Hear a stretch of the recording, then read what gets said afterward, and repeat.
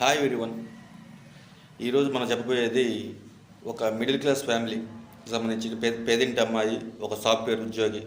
వీళ్ళిద్దరి మధ్య ఎందుకు గొడవలు వచ్చాయి, ఎందుకు విడిపోయారు అంటే నాకు కూడా ఈ విషయం తెలియదు. ఒక అమ్మాయి నిన్న ఫోన్ చేసి నాకు, మీరు అబ్బాయిలే గొప్పవాళ్ళు, అమ్మాయిలు మంచి, అబ్బాయిలు చెడ్డవాళ్ళు అని చెప్తున్నారు అని చెప్పారు. కాబట్టి మేము అబ్బాయిలే కాదు, మేము కూడా మంచి వాళ్ళమే, మా వల్ల మాకు జరిగిన సమస్య చెప్తాను అని చెప్పి ఆ అమ్మాయికి కాల్ చేసింది నాకు.